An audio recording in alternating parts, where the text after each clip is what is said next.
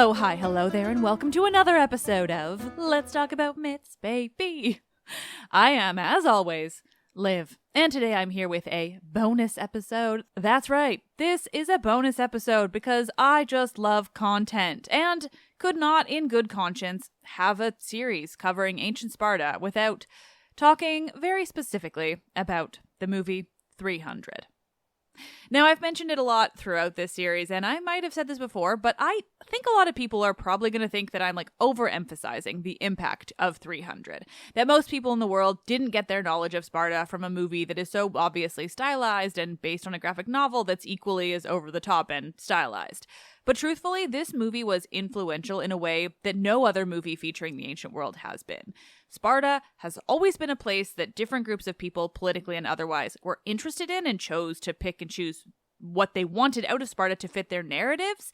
But 300 made that far more intense, and it helped to spawn a whole generation of ultra-right-wing conservatives and white supremacists. As you heard in yesterday's conversation with Stephen Hodkinson, imagery from 300 is used by these sorts of people all the time, in addition to the concepts that the movie presents about Sparta. It's fascinating, but it's also dark. Unlike so many other vaguely silly movies about the ancient world, this one has this sinister side to it. That, and I mean, it's just so deeply 2006 and it's racist as hell. Whoa. But obviously, that's what we're about to talk about in this conversation episode. I enlisted my friend Ben, who runs the ridiculously popular meme account Classical Studies Memes for Hellenistic Teens. I know Ben through Twitter, but he's got content everywhere. He also teaches ancient history, and so he knows his stuff. So we are here to break down the wild things featured in this movie. If you haven't seen it, well, you might still be wildly entertained because the wonderful Michaela, who works on All Things podcast, she also hasn't seen it and still had a ball listening to this and spent a lot of her time Googling the bizarre things that we mentioned. It's going to be a fun one.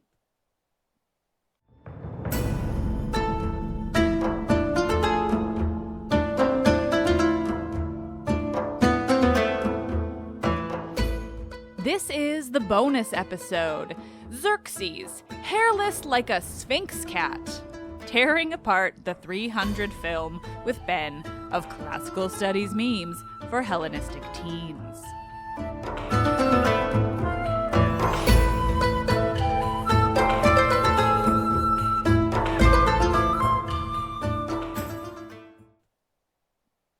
So we can just kind of dive right in because there's so much to talk about when it comes to the movie 300. That's my transition. I'm glad I saw it again. It had been a while, and I do think that every time I rewatch it, I am aware of everything that is so problematic, and then I still am manage to be surprised.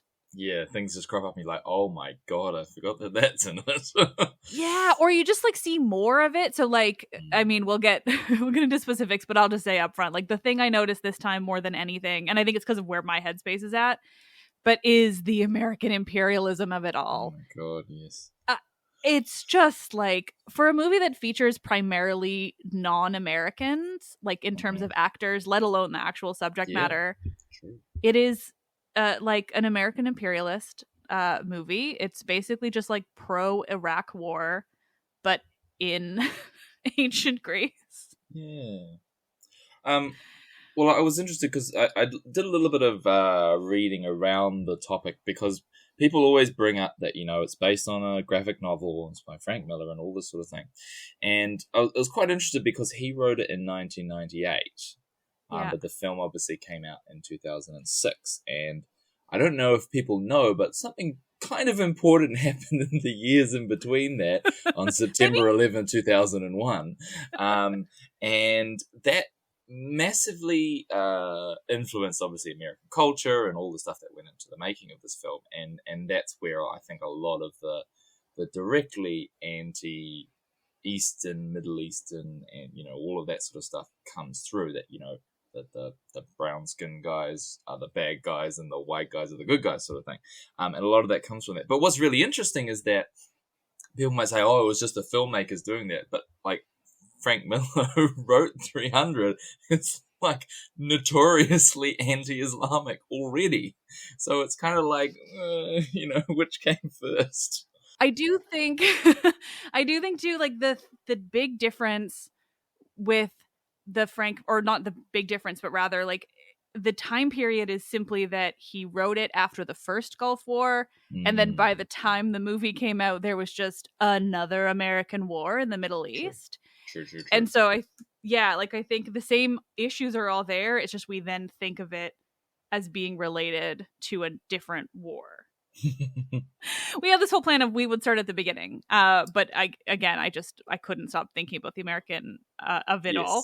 But so I think literally from the very first moments of this movie, it is playing into these really fascinating stereotypes about Sparta. Like, I think so many people would come at this and be like, I don't take it seriously. It's a movie. Like, it doesn't have historical accuracies or whatever, like maybe basically assuming that people would not think of it as real, which of course when it comes to this movie is like entirely problematic generally, because people have already decided that it is historically accurate. But what is so interesting about it is that it is technically quite accurate based on the ancient sources. It's just that the ancient sources weren't accurate. I made this point, I think is kind of my biggest point about the film, is that people say that if you take the film or the comic as an older Spartan telling the story to younger generations and exaggerating because that was kind of the idea of it, then they say, then it fits with that. And I'm like, on one level that can kind of work, but then they kind of cut themselves a bit short because they have whoever Faramir, whoever he plays, he's telling the story, but then like at the end you see that he's just telling the story at the Battle of Plataea, which was like a year later. So it's like these Spartans aren't gonna like believe most of the extremely exaggerated stuff because that's they're also there in that society, and the problem is that the version that we have through the historians is already the exaggerated version. So you don't actually have to do anything more to that, like all the creepy weird E4s and the battle rhinos and all that sort of stuff, because already we have this amazing, fantastical account of it through Herodotus and Plutarch and so on. So yeah, that's kind of my retort, I suppose, to people who say, oh, it's fine if you take it, as being a sort of a fantastical tale. And I'm like, well, yes and no. Well, and I forget which of my guests said this because I've now talked to too many people about Thermopylae on the podcast, but one of my guests made the point that, like, even in this movie, which Sparta did this, I think, broadly themselves, and it's just true in this movie, that it's them, hyping themselves up after Thermopylae, and they're basically convincing themselves and the rest of the Greeks that Thermopylae was a victory, even when, obviously everyone died. But by doing it with and we're just going to keep calling him Faramir because I don't see a reason why not to. And so I think the reason this argument stands is that Faramir basically plays that role at Plataea. Like, he's maybe not, doing the the way you described it, the sort of, older Spartan looking back, because again, like you said, it's been a year. But he is like hyping Thermopylae up as this big victory in order to hype them up for Plataea. I don't know if it's Plataea or Plataea. It's probably Plataea. Also nothing matters. Let's not get into Thermopylae. Oh my gosh. The pronunciation of Greek, I do love when people are like, that's the English pronunciation is wrong. And you're like, well, it's an English pronunciation of an ancient language. So maybe we just do whatever. But it's so interesting in that way. But you're right. Like the way that like Herodotus and Plutarch completely exaggerated what happened is enough. And then, and then Frank Miller comes in and does the E4s and does the wildness there. So let's go back to, again, starting at the beginning. Sure. And talk about all of the things that are, I want to kind of break down what is and is not accurate, because I think this movie is the best way to really break down those myths around Sparta. Sure. And it starts out with like this huge bang of the idea that children are inspected by the elders or whatever when they're born. And I feel like I thought that there was more of an explicit eugenics aspect in this scene. Mm-hmm. But rewatching it, I think it's a little less clear. Like, they didn't explicitly say they were going to throw them off a mountain if the babies weren't perfect, right? Did I miss that? They were definitely tapping into that kind of Mm-hmm. myth, I suppose, but it wasn't as much as maybe the opening of Assassin's Creed Odyssey. Yeah, maybe I'm just conflating the two. But yeah, there's this longstanding myth, and it was started by Plutarch, who is a major, major source for Frank Miller when it comes to this graphic novel. Because Plutarch just says that they did this, even though Plutarch was writing like 700 years later, and he was during the Roman period. And like, I mean, I can't imagine how he would have known, but it became this longstanding idea about Sparta and then ancient Greece broadly. This idea that like, if a child wasn't perfect, they were either, thrown off of Mount Aetos, like in Assassin's Creed Odyssey, or just like left out to die in the wilderness, which of course happens in a lot of myths. But in those myths, I mean, it features as like always a plot point. You know, it's like to move the story forward. Whereas in this case, it's just like death. But all to say that's been completely disproven. Sorry. No. I think also there's a lot of cultural stuff, and look, I'm not an expert in this, but in that whole myth, people would always sort of raise like, why are these people always leaving children out in the woods, in all these myths, and one of the ideas that I remember in that was that in general Greek culture, and I'm not sure how specific it is to Sparta, but actually the killing of your own children was a really, really bad thing. Like, you'd be chased by the Furies for it because it's killing a family member. Whereas exposure of a child was kind of like, not moral grey area. So even like the idea that they would throw these kids off the mountains just seems so removed from, Greek mores even of the time. That's very true. Yeah, like there is a really big difference between exposure, which is that you didn't kill them. You just left them somewhere and then they died. Aw, shucks. Yeah, the difference between that and actually throwing a child off of a mountain. To the Greeks, that is, not to us. Like, they're both homicide today. We are not endorsing this. I mean, I talk a lot about how much I love Medea. Like, I feel like I've already walked this line enough on the show. But yeah, no, I mean, you're right. Like, the Furies would absolutely come for you. So it does seem, I mean, I don't know. I'm fascinated by Sparta generally because we really don't know much about their day-to-day life. And so I'm always curious, like, how they handle their religious everything in comparison to, say, Athens, because we just don't really know. So part of me is like, do they care about the Furies in the same way? Yeah, well, they were fantastic at not leaving any cultural remnants for us to in any way. Yeah. But they were religious. They were definitely religious. Like most of the artifacts we have come from the temple of Artemis, I think. There's that big one where there are lots and lots of votive offerings in there. So they definitely were religious people. We just don't have the meat in the sandwich, unfortunately, to say how they thought about these things. Yeah. So it's almost like I wonder if they had the same connections that we think of, like definitely religious, but I wonder if they had the same kind of moral understandings that Athens did. It's a great point for your listeners to remember and realize that, of course, Greek culture is not a monolith, never was, and there wasn't really a Greece as much as the kind of the Persian Wars makes you want to think. And that, and each of these city-states had, unique and fascinating takes on all of these cultures. We just don't necessarily have much of them. Yeah, and what we do have tends to come from Athens. So we have this enormous Athenian bias, and it's just because they wrote stuff down. It's not because they were necessarily like, the most memorable. It's just they left it for us. That's exactly what the Roman historian Sallust says in his opening of the Catiline conspiracy. He says, the Athenians aren't like the most amazing people. They just had the historians. Us Romans, we were out busy killing and conquering, but the Athenians wrote stuff down.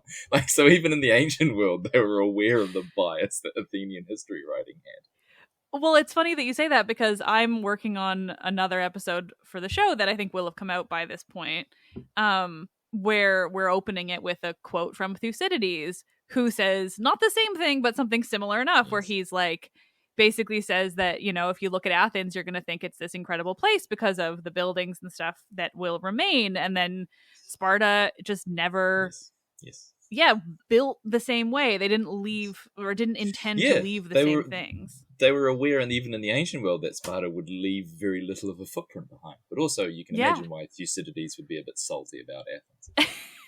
He is acknowledging the Spartan power, though, in this quote. He's just like, no one's going to know it later.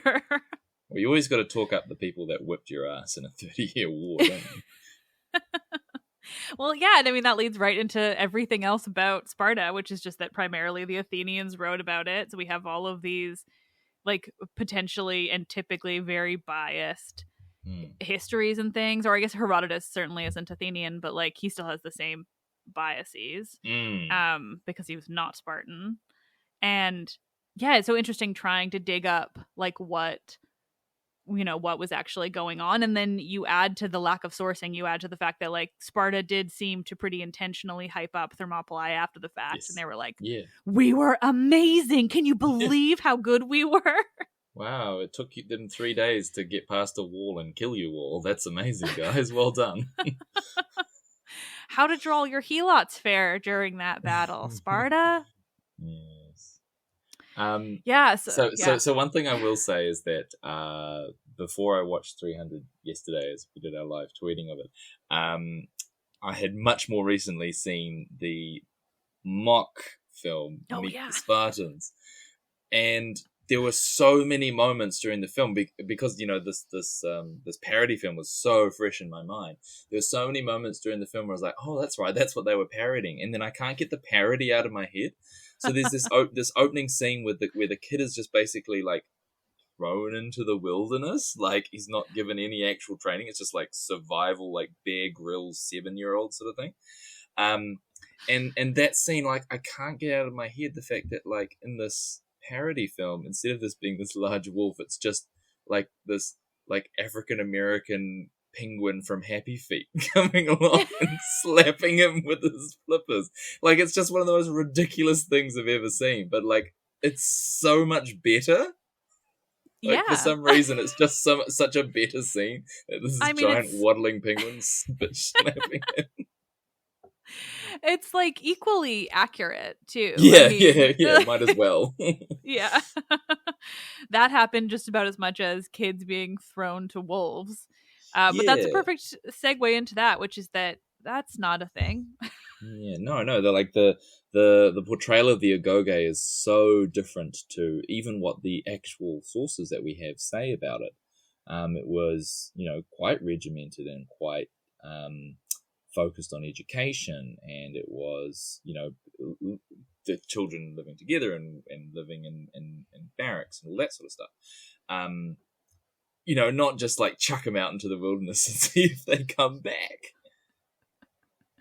Yeah, exactly. It was just broadly, it was school. It was an education system. But yeah, you're right. It focused on, like, community building kind of thing where they were all stuck together. And just, it was basically about just building Spartans to be Spartan, like, always about emphasizing that you're Spartan and what that means, and that shared culture, and keeping that culture away from everybody else, and letting it die with you is basically what happened. Which is, like, eerily similar to a certain youth program that a certain country put in place about 90 years ago. Yeah, and did that country also really like Sparta? Yeah, they were into that. Yeah, and they actually they got the idea. Yeah, I think it was during so we're talking about the Nazis here, guys. Sorry, but during the Battle of Stalingrad, I think they all started talking about Thermopylae.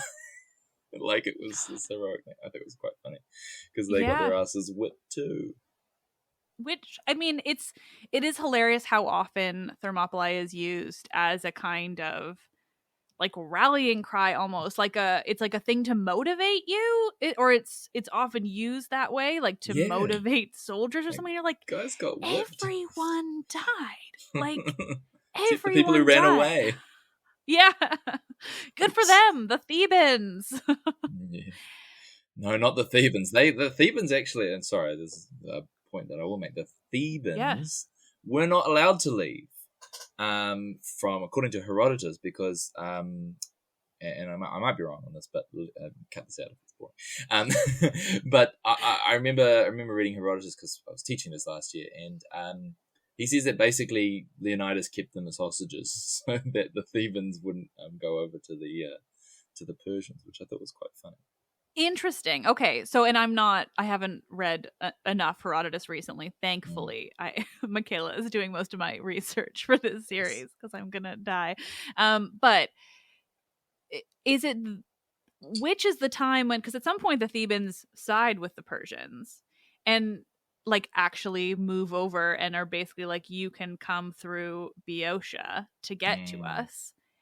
Which I didn't know until recently when I had on Michael Furman, who specializes in Thebes, and he came on my show to talk about Thebes and basically how they did that. But I also was reading about how Herodotus really had a thing against the Thebans, probably because of that. And so he also really set out to make them look bad in his telling of Thermopylae, which is interesting in itself. Yeah, well, there's actually quite a lot of Herodotus just settling personal scores in his account of it, because there's a story that they're the two people that escape from the army, and one of them's Ephialtes and one of them's another one, and there are I think a couple of different versions of the story, but like the idea was that like where they went to afterwards, like the cities that states that they went to were the ones that Herodotus didn't like, and they were like having a dig at them. Because you're taking in the like deserters, and there's so much of it that's just sort of mixed up and bias and petty grievances. Yeah, I mean between Herodotus settling scores in his histories, and then Plutarch also coming in and being like, the 700 years that have passed mean that I am exactly the right person to tell this accurately and like not skew history for the next 2,000 years. And by the way, when I write all my biographies, I'm just going to cherry pick the facts that work out so that they parallel with other people. Isn't that cool? Definitely not a bad way to do it. I mean, they're called parallel lives. Let's ignore everything that doesn't parallel. Yes. Anyway, so the whole story of Thebes and that sort of thing at the time is maybe a bit more complicated than Robert cut all that out. But anyway. No, but it is interesting, and I think, and I wish I had looked up more recently exactly what I was talking about, but it is just interesting. I know the Thebans were certainly like not well respected after that. I personally love Thebes. I will forever. It's fine. But it is interesting how much everyone else is forgotten broadly. Like the movie does feature other Greek city-states show up in the film mainly. Yeah. Which I maybe it's interesting because I mean they do mention the Thespians and the Thebans, and the Phocians. The Phocians get a little mention, like the Phocians forgot in the past. They ran away. That's it. It's their land.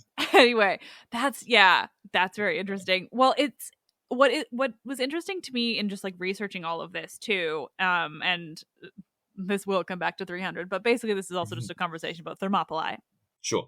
But there's the epigraph. I know there's the epigraph that's for the Spartans that they quote in 300. Go to passerby, go tell the Spartans, blah blah blah. But there's also an epigraph there that's for the other Greeks that Herodotus describes. But what's funny to me is that it basically says that like here on this spot is where however many Peloponnesians fought back the 3 million Persians. Yes. And so I mean it kind of blew my mind that it was Peloponnesians, because it's kind of like, well, what about like everyone who helped that wasn't from the Peloponnese? But I think that is another like dig at Thebes and stuff. Yeah. Because even though the Phocians, the Thebans, and the Thespians are all not Peloponnesian and all were there. Yeah, I remember I got out a big map of this when I was teaching it, and I sort of I put a little dot next to all the places where the Herodotus says that Leonidas recruited people from, basically on the way, and you can kind of see like the clear line that he takes to get there, and there are quite a few from the kind of the northeastern Peloponnese. And I think that it's more just the fact that they were their friends, and that like after that it became less of like, hey, do you guys want to come fight? It was like, get your soldiers, come with us, or we're gonna beat you. But I do like the idea that Leonidas pretty much set out not really knowing what he was getting into. Sort of halfway there, he's like, oh crap, we better get some more people and just press ganged whoever he could find into fighting on the way. I really like that as an interpretation of events because it's much funnier. Well, it also sounds kind of like what I have learned that is kind of Sparta's MO, which is that they really tried to avoid fighting themselves as much as possible. They tried to get everyone else to fight their battles for them, not least because if they left home for an extended period of time, their entire enslaved population of people could more easily rise up against them. Which was the one thing that they were concerned about. It was always, exactly. Oh, the helots are revolting. We can't do anything. Yeah. Like, their entire concern as a people was keeping the helots from revolting and conserving their culture and, like, who got to be Spartan and who was not allowed to be Spartan. And everything else was just, like, extra, which is just fascinating. I think we'd got through like the first 3 minutes of the film, so yeah. So, it's just a conversation about everything, apparently. Yeah. I'm trying to think about. Oh yeah. So we're talking about the Agoge, and what's really funny is they show the scene with like this. Obviously, it's supposed to be young Leonidas, I think, being taken off. And then like he's already for some reason training to fight at home, which like why? And then like he's like being pulled away by these guards, and the mother's like crying and stuff. Like why? Like yeah, for sure. Like she would not in any way be disapproving of this. It was just part of their duty to the state. But what they really skip over is the really cool part about Leonidas' life is that he shouldn't have gone through the Agoge if he was going to be the king, because it was not the way that they did it. And it was only the fact that there were massive shenanigans with his father and his 2 wives and having all these children and his brothers and half-brothers going off and doing all this sort of thing, getting killed and getting banned and all this. It's a very, very funny story of getting there before the point at which he marries his own niece. Yeah, there's a whole lot going on there. But glad you know this. Doing his family tree is quite interesting. Oh my gosh. Yeah. But, so the point being that, if you were the king, you wouldn't usually go through that Agoge. You'd have your own special sort of kingly upbringing. But because he was third in line, he was whipped off. And so, some people might say that he had more of the sort of the heroic military aspect to him. But that's, again, probably just another aspect of the Spartan mirage. Well, exactly. Like, the whole point of the Agoge, which we started talking about, I don't even know how that went off topic so much.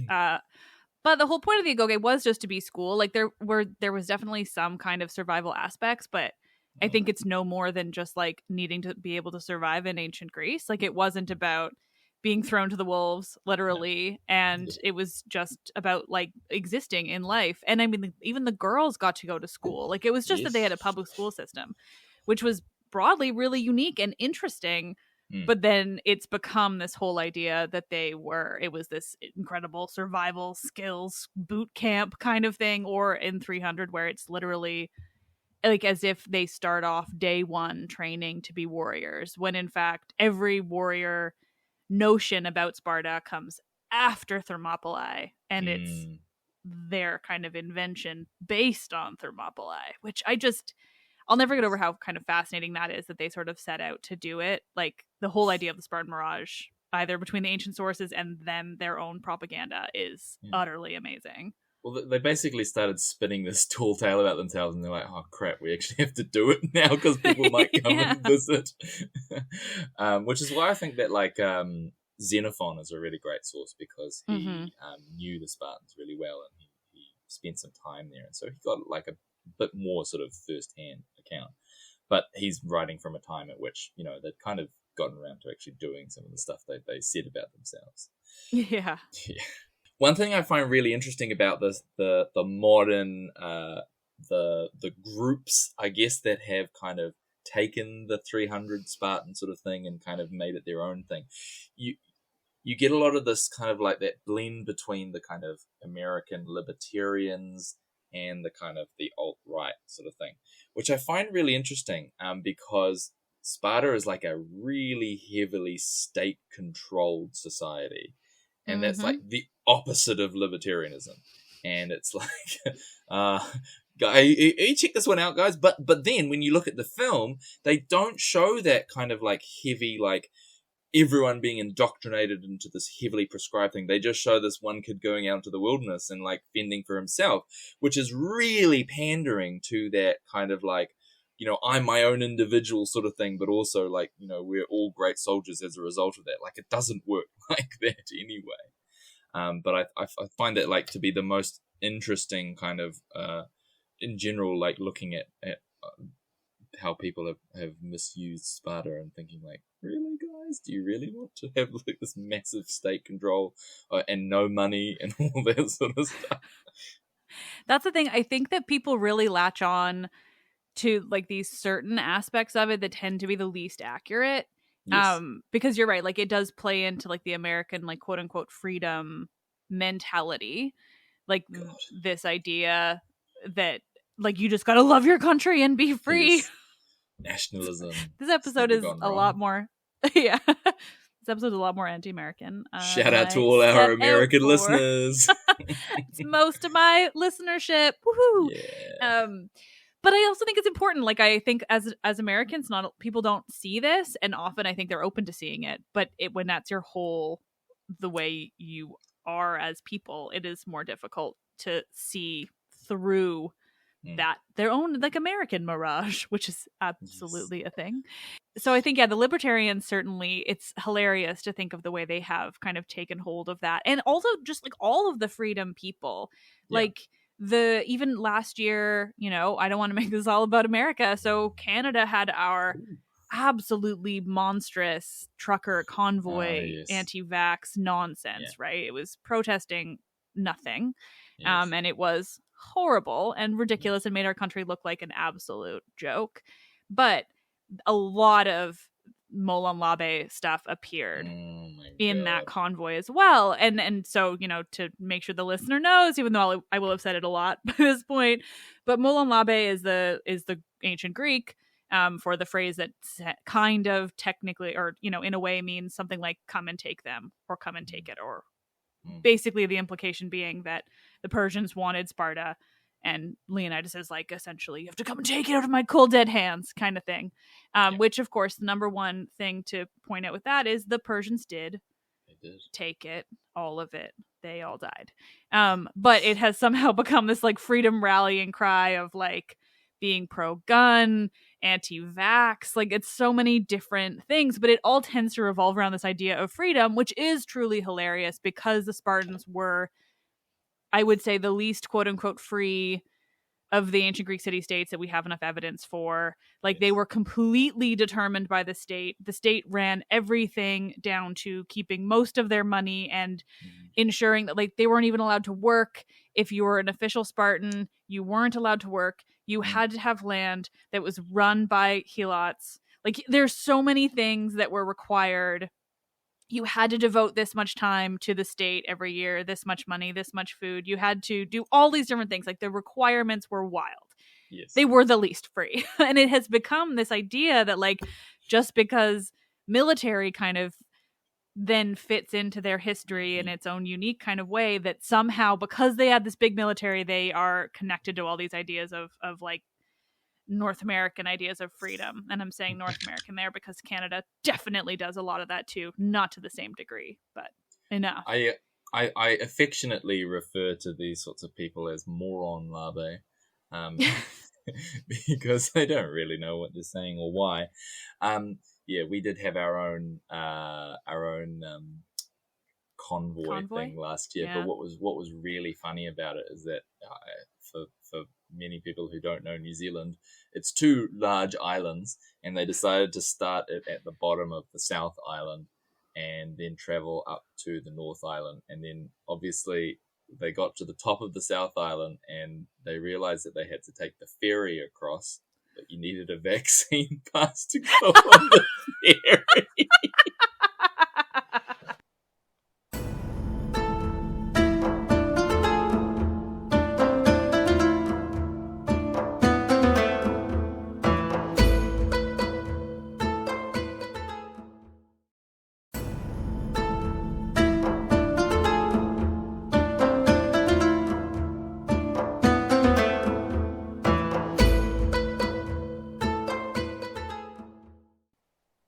we'll just put it in here. I did laugh so hard that I knocked out my own microphone recording and it started all over again.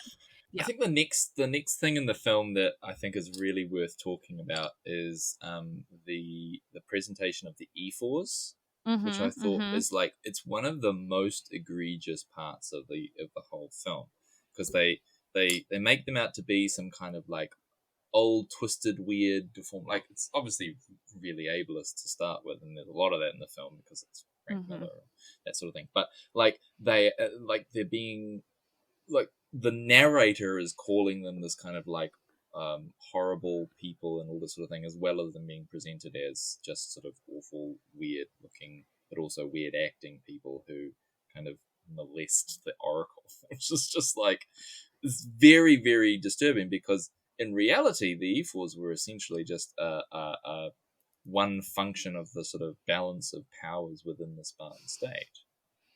They were just part of their political structure. Yeah. And they were like the village elders who got a say in things. Like, it's hard. I'm trying to think of a modern comparison. It's being like, the House of Lords or something, being like all weird. Oh, okay, probably not the best example within the British. But... Yeah, I was going to say they do say they're inbred in the movie. Which, like, see, we don't just dunk on Americans; we get the British too. Have you seen their teeth? Yes. I mean, like, if you put insulting than I intended. let's be fair. If you put Mitch McConnell in a hood, then he'd probably look like one of the evils in the film too. Yeah. Or Boris Johnson.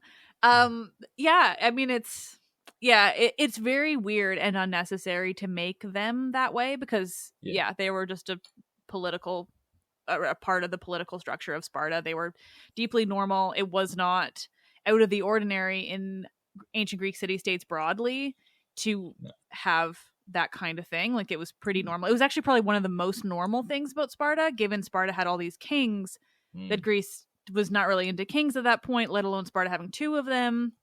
Oh yes, the missing second king. What was he up to during the film? Exactly. Speaking of politics, the E4s are nonsensical in this movie, and like you said, are disgusting with the Oracle, which would have just been the Oracle of Delphi. Like, they would have had to travel a really long ways, almost actually about as far as Thermopylae, just in a slightly different direction. They would have had to do that just to go to the Oracle, let alone anything else. But yeah, speaking of political, Sparta had two kings. Leonidas was one of two. And that is such an important part, because also I would imagine the other king stayed behind, right? Yes, well, that was the idea, that one king would lead the army and one would always stay back in Sparta, so that you'd never have a leadership vacuum in times of war. Right, yeah. It's, I mean, all of the political stuff in the movie is deeply weird, and it all is just like to weirdly valorize Leonidas, who I think deserves a lot of respect for what he did, but not as much as we give him. No. I think he was acutely aware of the sacrificial value of his actions. He was aware of the fact that him dying could be and was ultimately a good opportunity for propaganda. He was a next level marketer, but he wasn't some sort of godlike figure, heroic sort of martyr sort of thing. Like, it does make it out that he is. What I will say is that one of my biggest complaints about the film, and I almost definitely will go back to the graphic novel, is that there's actually like so much unnecessary padding out of the story, because there really isn't that much to the story.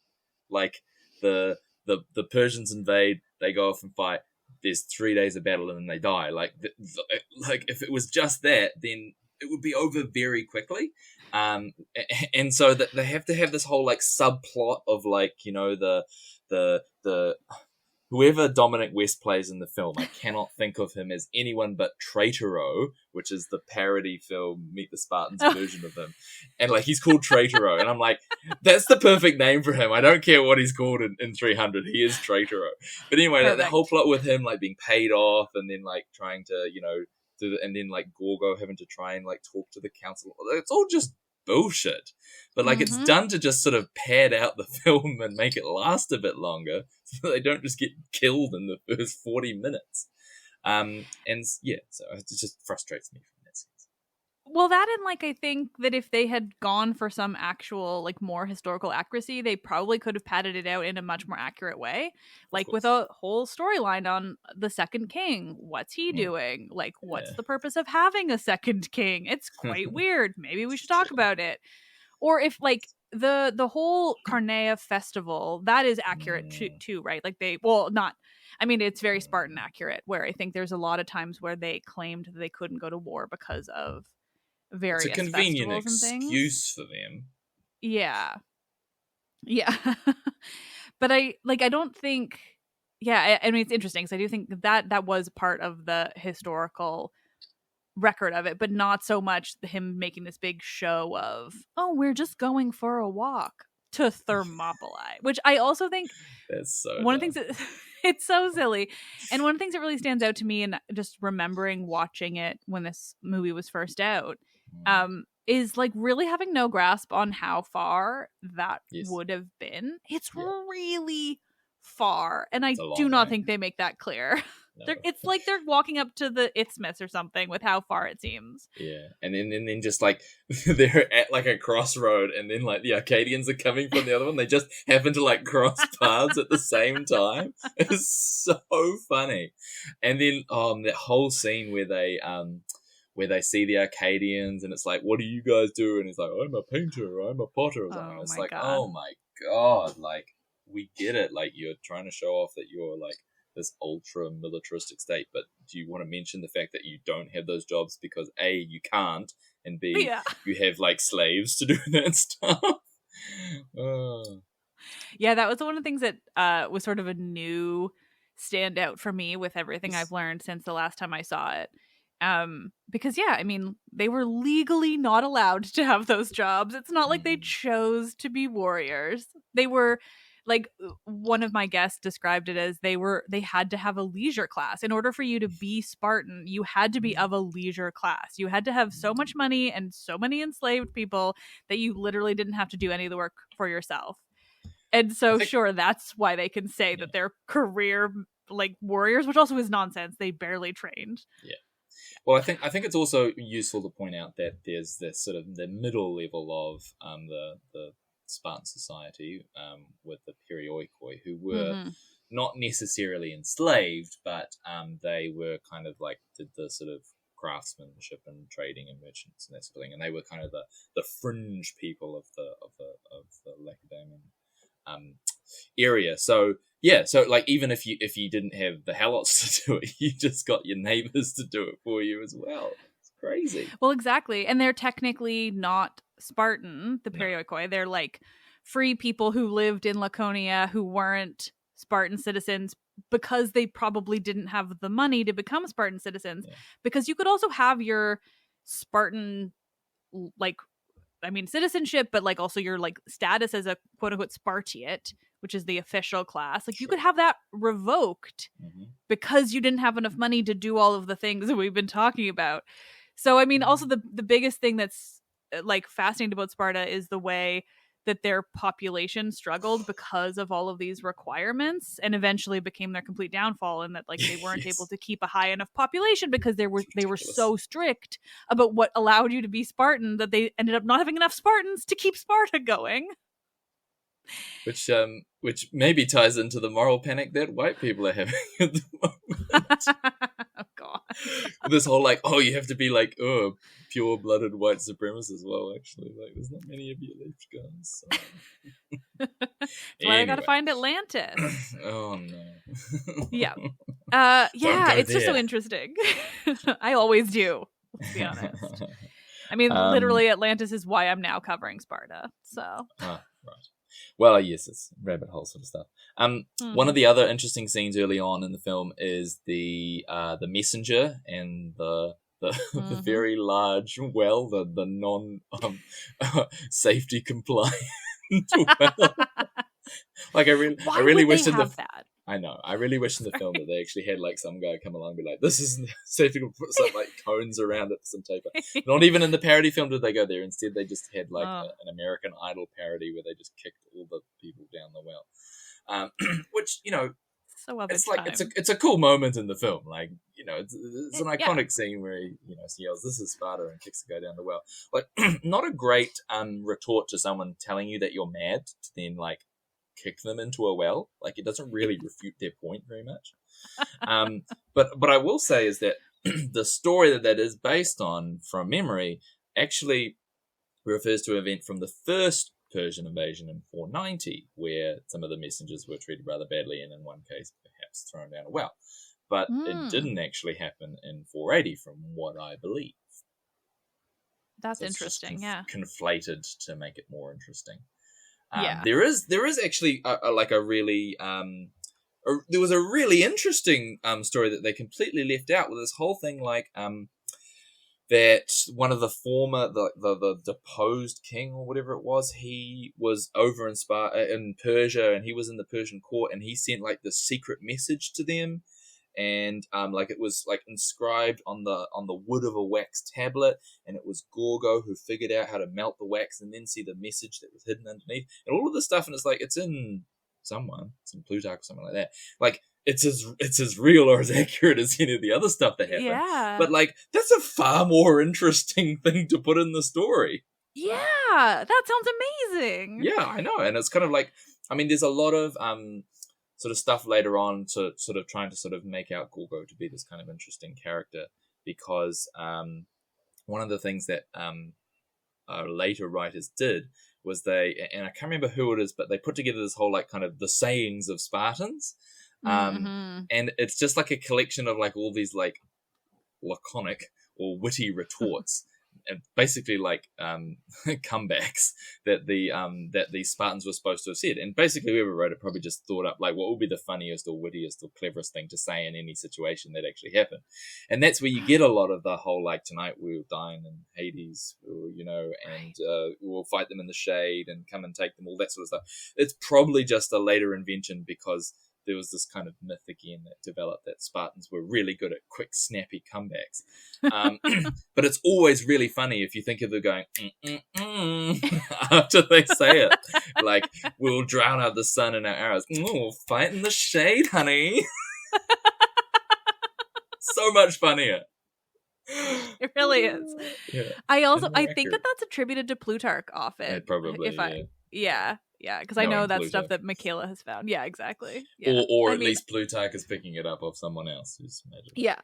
Yeah, absolutely. Yeah, it's all so interesting, just the way all of these different things. But that idea about Gorgo is like, that would have given her, I mean, of course, this is why it didn't happen, because it's Frank Miller and it's 2006 and it's Zack Snyder. But like, Gorgo's whole role is to seem like a strong woman, but also to experience rape. Yeah, because like a woman can't live a life without like overcoming sexual trauma. And it's tired. Like she could have been so much more in that movie, especially with this story of the tablet. Like that's so cool. It could have given her a whole storyline that does not require her to be a survivor of assault. Yes, that is by far I mean, of a film where there are a lot of questionable choices, or in the graphic novel of all of the things there, I think it's the most egregious, and that it's completely unnecessary, and it is just like if you say that 90% of the film is violence porn, like there's 10% of the film which is kind of just porn, which is unfortunate if people are getting off to that sort of thing. It feels like Game of Thrones, where they just also felt the need to just put in like egregious rape scenes for absolutely no reason other than just to have them in there. Like it's just like so you can tell us that these times were brutal and hard. You don't actually have to like make the people that we care about experience them. Thank you. Well, because I mean, very true generally, but also every time they feel like they have to show it that way, it always is a woman getting raped. But also it's like as if they can't show brutality otherwise. There's no way that this random guy would have like done that to the Queen of Sparta. Yeah. Like no way. Unless it was Alcibiades, because he did do that. And he got her pregnant. But that's a different time and a different guy. And no one can resist the lure of Alcibiades. No one. Anyway, no one. Yeah, I mean, even just thinking about it, like, logically, where the only two women basically in the whole movie are the Oracle and Gorgo. Yes. And you see like all of their nipples. And there's no reason, storyline wise, why, especially with the Oracle. Like, yeah, unreasonable. It's so unnecessary. It's deeply inaccurate to a practice that is one of the coolest things about ancient Greece. They're like, let's take the idea of the Oracle of Delphi, an absolutely incredible thing, and let's make it gross and weird and misogynistic, even for ancient Greece. Yeah. Like, he's getting off on those crumbly guys licking her face. Yeah.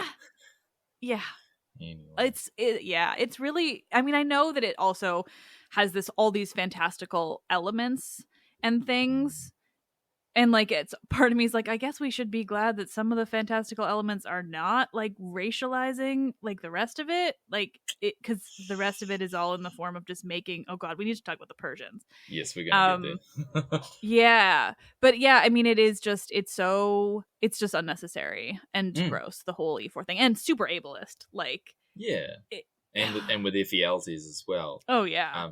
Like, they make the point that, like, at the beginning they're like, oh, you know, they're all eugenics and all that sort of thing, and it's like, we'll give you the one example of someone who you know, they would have, and he's like horribly like misfigured and misshapen. Like, come on, guys, that's awful. You don't have a society where everyone's either Superman or Quasimodo. Well, he also makes the point in it where he's like, my parents escaped from Sparta and that's why I'm alive, and it's like, no, that's not how any of this worked. No. Like, no one was telling your parents to get rid of you. That's not a thing.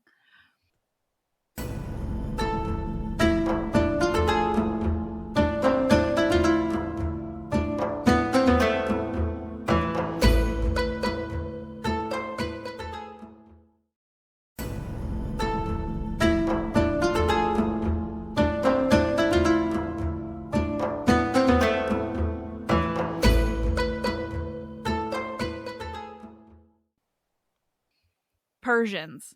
Yes. Let's talk about the Persians. What's interesting is that in ancient times, the Greeks and later the Romans were fairly xenophobic, especially the Romans, and I have much more experience with that. And they picked up on a lot of the kind of characteristics of Persians that they saw as being different to them. But that sort of sense of othering came, I think, much later as well. Obviously, the Persians hadn't really done much before the invasions to really warrant all of this. But yeah, I mean, you can perhaps understand how they kind of later on thought, we don't really like these Persian guys after all that invading that they did. But the characterization in the film is not trying to represent ancient stereotypes or criticisms of the Persians. They are very, very much rooted in modern, hateful, bigoted ideals, which is unfortunate. Yeah. No, I mean, and that's certainly something that I emphasize on the show all the time, is like, the Greeks were xenophobic, for sure. Like, it was typically if you didn't speak Greek. But yeah, generally towards the Persians too, for sure. One of the interesting things that came up yesterday for our live tweet was the idea that wearing pants was what made the Persians so girly and like feminine and not, up to the Greek standards. They wore pants like ladies. Quad. But yeah, I mean, so they were certainly xenophobic, but yeah, the way that it manifests and the way that it's shown in the movie is so explicitly anti-Islamic. Like, I mean, it's just a product of 2006 and American imperialism and making these people from the East seem not worthy of respect is all that it is. It's also just like from a geographical standpoint, and like so many other things, it's also just wild. Yes. Like the racism is so loud, it's so in your face. Like the skin tone difference between the quote unquote Greeks and the quote unquote Persians is truly incredible, in a way where technically speaking they would have had basically the same skin tone for the most. Like obviously the Persian Empire was enormous and it did span a lot of Asia and beyond. So, but the people of where literally Persia is not going to be that different from the Greeks. No, it's not far. And for the most part, they're also coming from Turkey, modern Turkey, in a lot of ways. And you're like, what? Anyway, well, I mean, the entire invasion started because the Ionian Greeks were revolting. And they were the Greeks who lived in what is modern day Turkey, and like they were Greeks, like they were, they were culturally and I think that the film, like there are a number of things that the film does which is very disappointing to like immediately target this idea, and that the first two Persians that we see are both essentially played by African American actors, so they're deliberately shown to be quite so culturally different to these people, but then then you get to, I mean, there's the usual presentation of the clothing, the styles of clothing, the jewelry in particular. The jewelry is very much an effeminate criticism of these types of people, which is effeminate in a modern sense, not in necessarily the way that the ancients would have seen it as well. But then the presentation of Xerxes is the most sort of shocking of them all. The idea that he's sort of like hairless, like he's like a Sphinx cat or something. Like it always just strikes me as being like why? Like we have depictions of Xerxes. They have like the beard and the all that. So it's not like we're making this stuff up. But also the fact that he talks in that kind of like that real voice modified tone, that really throws me. I'm like, why did they think that was necessary? Is it like a villainous thing, or like? Well, so the actor's like Brazilian, so maybe they're like playing that, like trying to disguise the. Hola. Like, we know this actor's from South America, but like let's see what we can do with a bit of voice modifying and it's the wildness, makeup, and effects. Yeah, the combination of this kind of like extremely effeminate presentation with this kind of like deep modified voice, it's very jarring, and I assume that's just they're trying to just emphasize those things. Of course, this is my chance to talk about the film Meet the Spartans, please. Which is really funny because they the guy who plays him, I think, is actually like a Greek or Turkish. I don't want to mix the two of those up, but he's from the area, so he looks like dead set like Greek. But he's like they cast him as like this kind of like overweight, like really hairy chested guy, and he's got like the nipple rings, and they keep like pulling out. It's like it's actually funnier because it's mocking the presentation that the film 300 does. Which I actually really like, because it's actually like, this is, at least closer to what he would have looked like.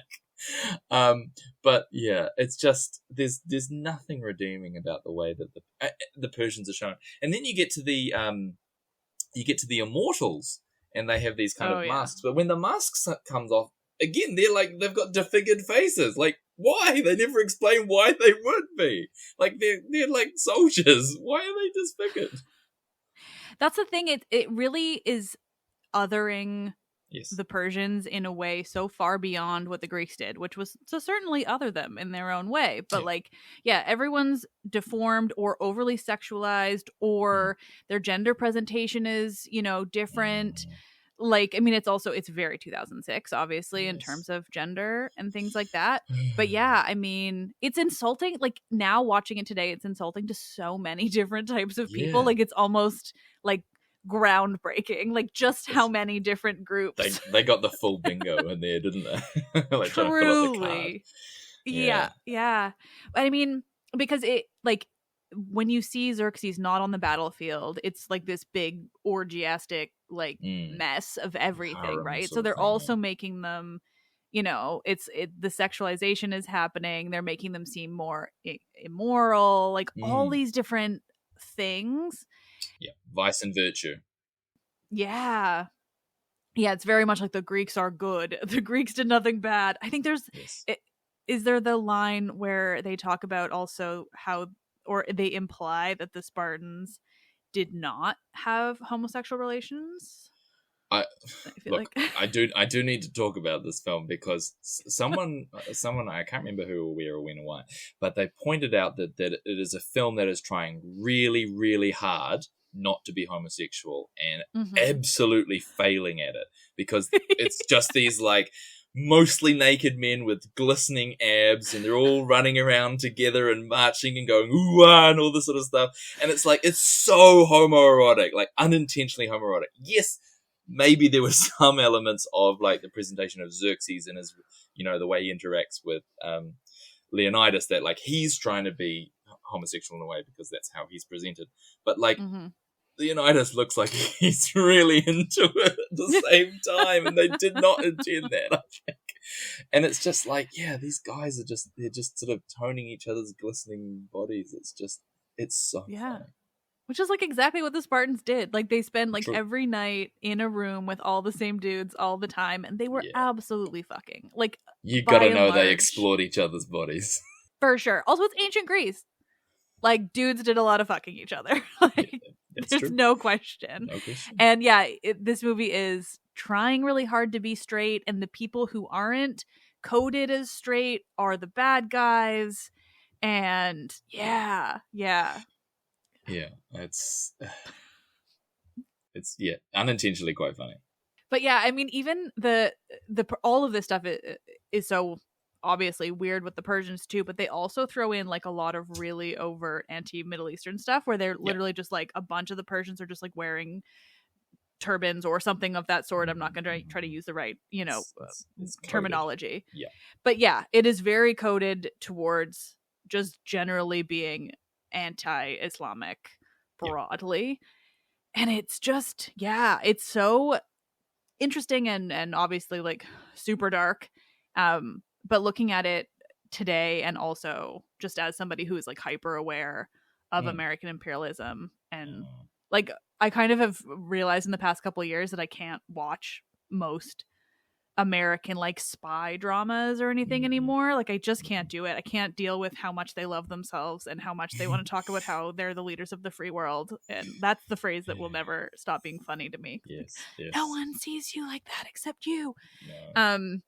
But yeah, it's so interesting how you can have this movie that is set in ancient Greece and full of, for the most part, British actors. Yes. And like still manage to be so pro-America. Like the phrasing on some of the moments, like when the young guy, the son of one of Leonidas' men, once he gets his head chopped off, I remember also really having a thing for him back in the day because he's just like very pretty, and that was so my type when I was like 18 and this movie came out. But he gets his head chopped off, and then when they're talking about him afterwards, they say that he gave his life for his country. And I just like it's just the most American way of phrasing something.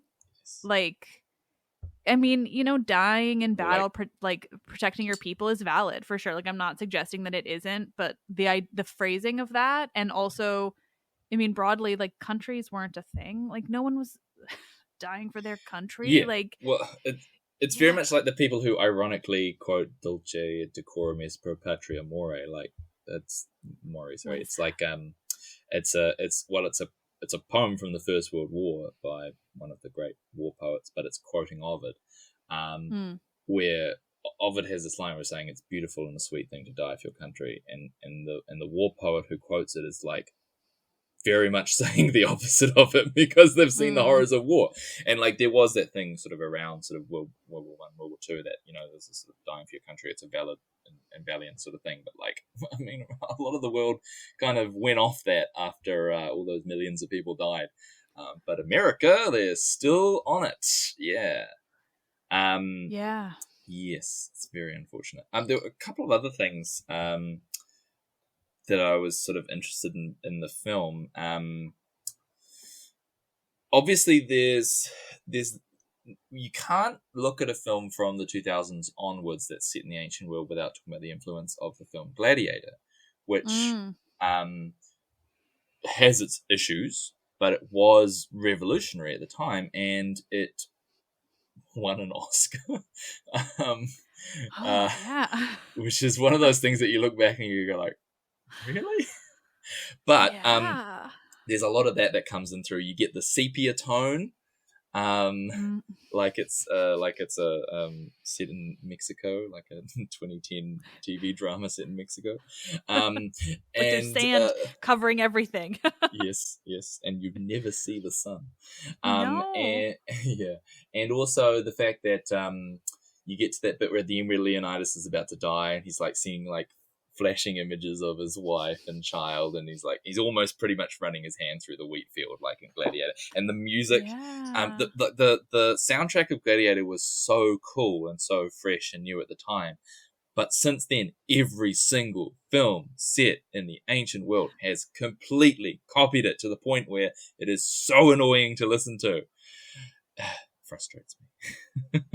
Yeah, I'd never really like made that explicit connection before, but it is, I mean, especially that end scene when he's about to die. You're right, like it's the same. Well, it's funny because Leonidas died fairly early on in that day, and people get fighting after he died, and they were fighting over his body. And they really skipped the bit where the Persians get his body and cut his head off and put it on a stick.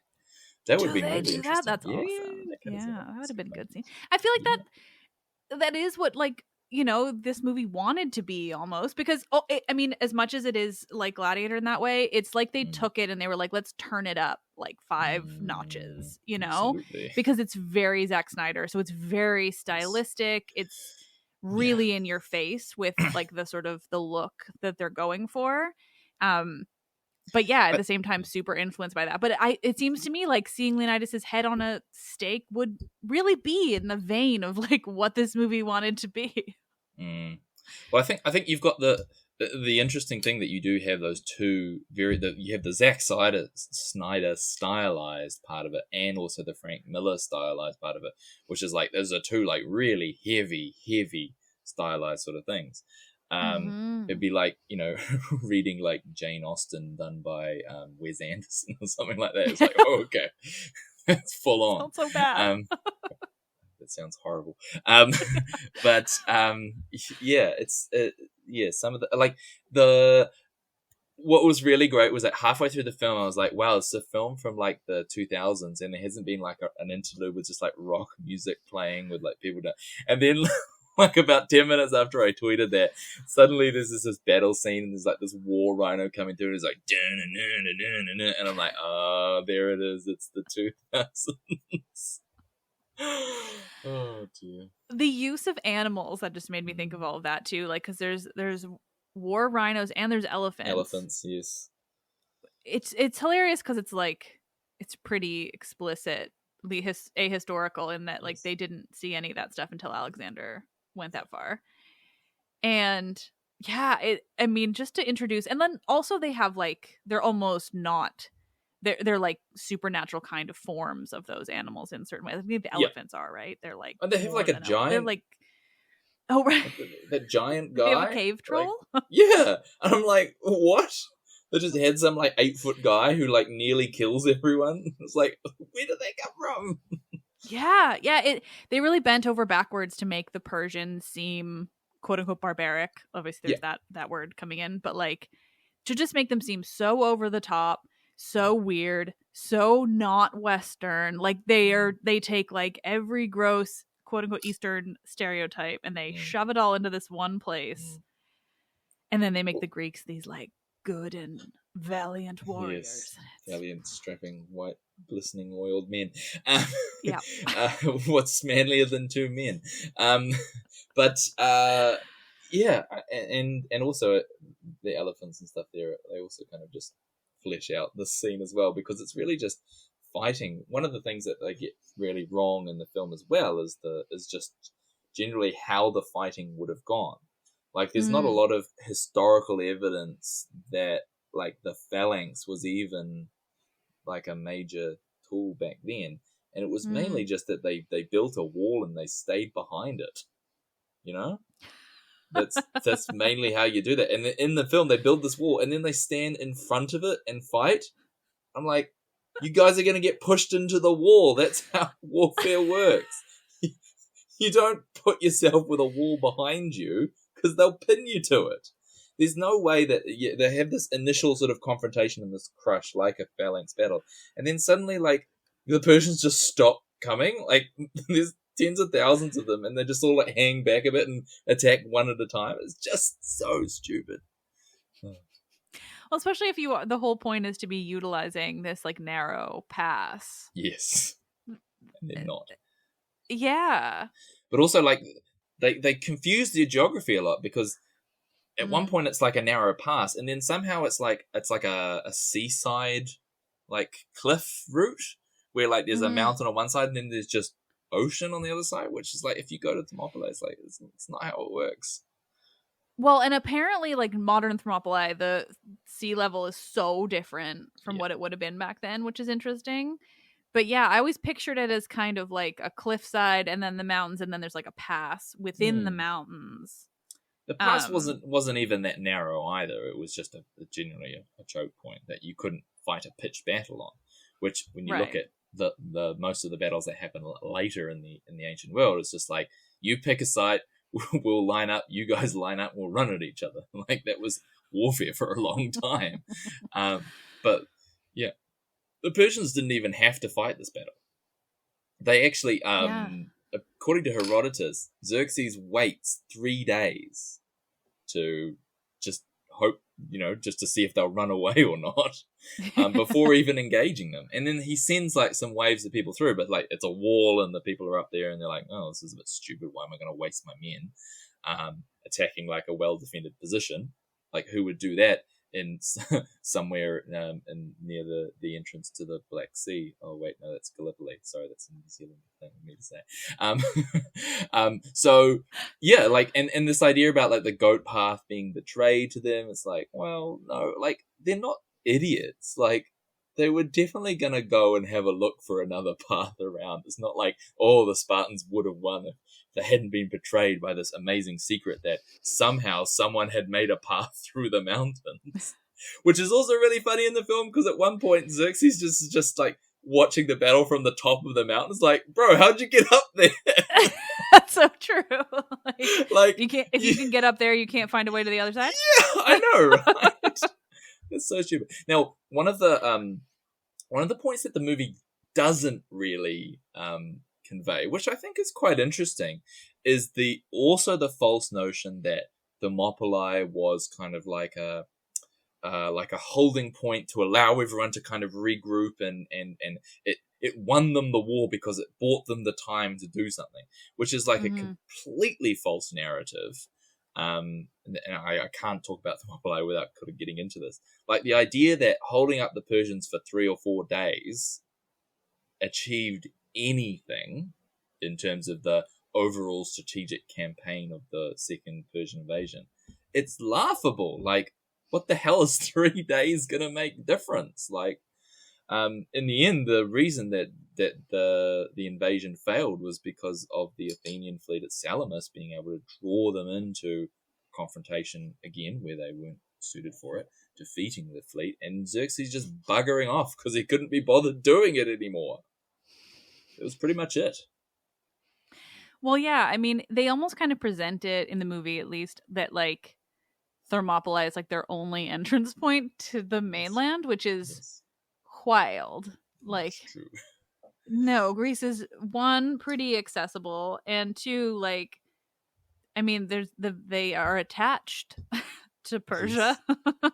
They are not detached. Yes. And this just reminds me of I was talking to Rule, and I'm not going to try to pronounce his last name because I had it really spelled out phonetically for when I was able to do that on the show.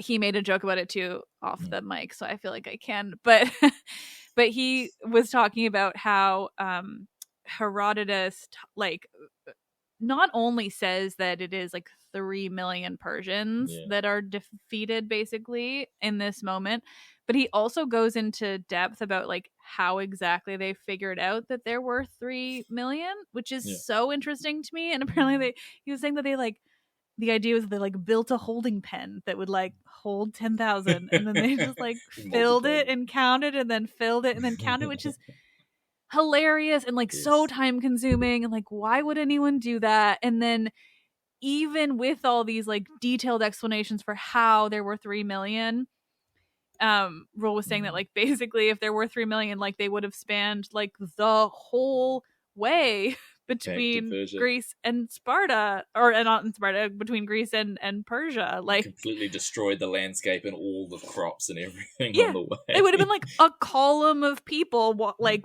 reaching all of the way back to the east. Like it's just amazing. And I do think that the movie really plays up the volume of Persians to make it so impressive and deeply inaccurate. Of course, again, like that's a problem of the sources more so than it's a problem of the graphic novel or the movie. Like, but you know, that's Herodotus problem. You learn very quickly to take any numbers in a source with a massive pile of salt, because you generally knock off 1 or 2 zeros is my recommendation. But they also, or in the case of the Greeks, add zeros. Yes, well, exactly. Yeah, you add zeros to the good guys and you take them off the bad guys. Well, they do briefly mention the storm that damages the Persian fleet in the film. But what's really interesting is that they don't mention the fact that while the Battle of Thermopylae is going on, there's actually a naval battle happening just up the road, which could have been far more decisive if the Athenians, or if the combined Greek fleet, which was kind of being led by the Athenians, if they had been defeated then, they hardly would have been able to regroup at Salamis. Or if the Persian fleet had been defeated there, they probably wouldn't have kept going. So it was a much more important battle that essentially ended in a stalemate, because neither side was able to sort of pull off a victory like they did in Salamis. But it's just not mentioned in the film at all. Yeah. But it's so much more important to the scale of the things, apart from the propaganda value that Thermopylae has. I just think it's such an interesting thing that gets overlooked, is the scale that the naval battles had on that campaign. They're just not as exciting as, 300 standing up against millions. And then people were like, oh, there's a sequel. Watch the sequel. I'm like, oh, God, I don't know if I can do another one. I was just going to say I've never seen it, but I know they do have Artemisia in it, though, which is pretty cool. But that's about all I need. I just know that there was a woman running something. So good for her. But I've read that in Herodotus, and I don't know that I need to see it in 300 form. It's just generally so interesting the way that the Spartan propaganda has taken hold of this and then turned it into something that now became like its own form of propaganda, with the volume of people on the alt-right and the libertarians, like you're saying too, like the volume of like just how much Sparta has become a whole thing for them. Like, I think this episode, it will come out the day after my episode with Stephen Hodkinson, who is this major expert on Sparta. And right now, I think he's basically retired. And so he just spends all of his time talking about the alt-right to Sparta, like pipeline, or rather like the reverse Sparta to alt-right pipeline. But also like, he shared so much that I wasn't aware of with the way that Sparta has been viewed and used politically, like over hundreds of years. There's so much to say on that, which I had no idea. But even just even talking about like American alt-right and the way they use Sparta, like the amount of stuff that came up, during the whole Trump era and his election and everything, and the way that like even like scenes from 300 were like edited to have like Trump superimposed over like Leonidas and things like that. It's wild the way that they use it, and I mean it's all based in like a complete misunderstanding, not only in what happened but also in like just the, like we were saying, the function of Sparta. Sure. Like Yeah. everything about Sparta, it's misunderstanding all of it. But it is so fascinating the way that this like false version of Sparta and of Thermopylae has completely taken hold of the public narrative, and how it really like I keep having moments where I think, am I mentioning 300 as the almost instigator of this like too much? But no, like it honestly, like I mean a little maybe, but like I do think this movie and the graphic novel have a lot more sway than almost any other classical reception movie. Like they have caused more visible damage in a way Yes. that is kind of mind-blowing. I absolutely agree. Like, there's no one really went out after Gladiator and was like, I'm gonna go be a gladiator. You know? Yeah, or Troy, like nothing. No, it didn't happen. So it's had quite a shocking impact from all of our perspectives. We have talked about so much, very piecemeal, I will say, but yeah. Good luck stringing it all together. Yeah, it's just that there's too much to say, and then too many things feed into too many other things. This movie is just so wild, and the ancient sources are so wild, so it's just endless. But are there any other like major plot points or anything that you wanted to talk about? I think that pretty much covers it all. I'm just now all I can think of is the Meet the Spartans film, where at the climax. Is there anything else from that you want to share? Yeah, because it's like these parody films are such an like an iconic piece of culture, because they don't just parody one film, they parody any film or pop culture event that happened within like the last year and a half of when the film came out. And so you just get this weird mishmash of all these strange references to things that you'd forgotten about. So this is kind of like it's kind of like an archive of the late 2000s. And so like in battle, Xerxes for some reason like turns into like one of the Transformers, and he like gets into this full like mech bodysuit. It's just like some of the images you just cannot get out of your mind. Yeah, no, it's great. That just reminded me that because of when this movie came out and because of when Transformers came out, so I got my cat like literally within like 2 months of moving out of my mom's house. I was like 18, just about to turn 19, and that would have been in 2007. And so this movie came in 2006, so it was like a little old, but it must have come out at the end of the year because like this was pretty recent, and Transformers was really recent. And so I got this kitten, and originally before I got him, his name was Pippin because I am me. It's my cat's name now. We've had this conversation because that was my cat's name, and I wish it had stayed. But when I got him, I was just like, I don't know, I just am not feeling it. I don't think this is the right name for you. And my roommate at the time and her boyfriend, we were like always throwing out these names. So I don't remember how long either of them stuck, but there was at least a time when either I had accepted this briefly or my roommate was pitching me on calling my cat both Leonidas and Megatron or Optimus Prime or somebody from Transformers for sure. Megatron's great name. Yeah, and thankfully I landed on Lupin, which is funny to say thankfully because I love my cat.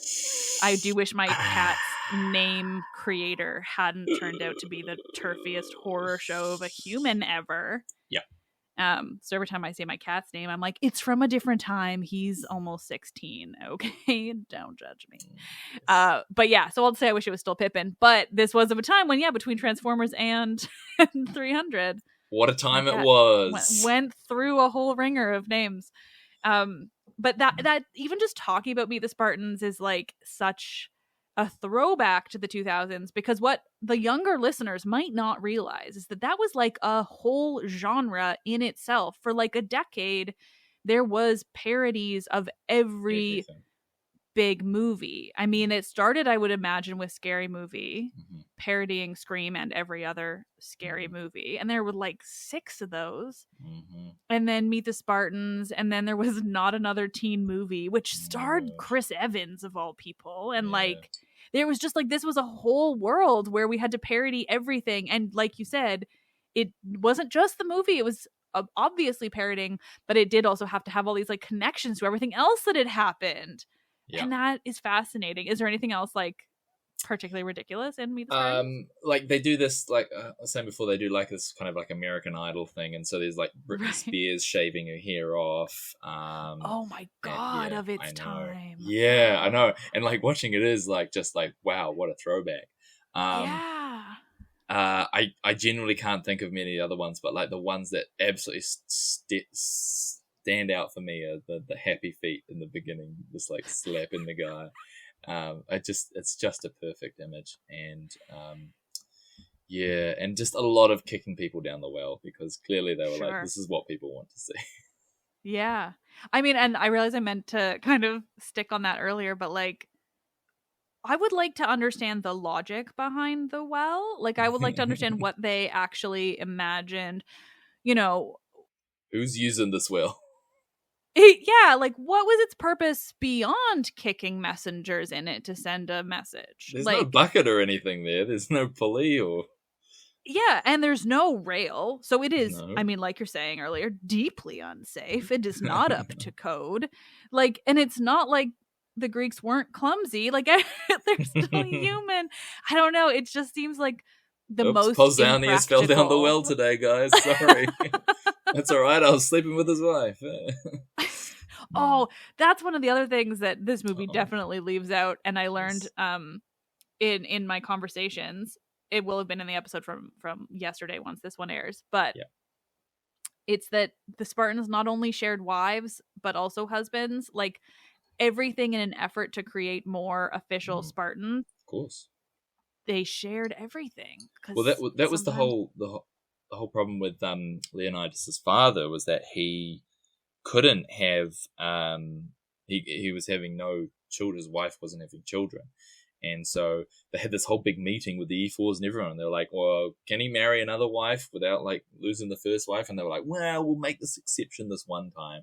So, and he has this son with the second wife, and then suddenly the first wife starts having babies, and it's kind of like, okay, so you're trying with both anyway, just for fun. And it gets into this whole like kind of succession crisis thing. It's all very, very interesting, and I can't believe that they left all of that out. Yeah, there's just so much content. This has been so much fun. Thank you so much for doing this. This is me sounding more scripted than just talking to a regular human. But honestly, I mean, yeah, it's what's funny is we talked about doing this like, I would say at least 6 months ago, like when I first had the idea of doing a Sparta series. I was like, you should come and talk about 300. So thank you for doing it a good 6 months later. I thought you'd forgotten about me, but no. Certainly not. I knew I had to talk about 300, and I figured you were going to be a very fun person to talk to about it, and I was correct. So that's very nice. Well, I obviously have to say thank you for having me on again. Second time lucky. It's very exciting to bore and annoy people with my New Zealand accent, but deal with it if you're still listening now. I don't know why, but thank you for having me, and thank you for people for listening. It's been great. Well, I love a New Zealand accent. I mean, you said this last time too. I can't understand anyone not liking a New Zealand accent. They're so lovely. You say things like chili bin, and yes. I'll never get over it. So I will have already said this at the top, but where can my listeners find more from you? I think you're fairly prevalent on the internet, perhaps? Yes, I am known to appear on the internet now and then. So you can find me on a variety of social media sites with the handle CSMFHT, Classical Studies Means Hellenistic Teens.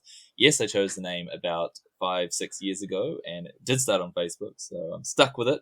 But we're on Facebook and Twitter mainly, a bit on Instagram, Tumblr, YouTube. I'm putting out a Substack at some point if I get round to it. But mainly Twitter and Facebook is where you'll find me. Woohoo. Woohoo. And I understand the naming yourself something potentially on a whim and then paying for it for the next 5 years. Yes. So I get it.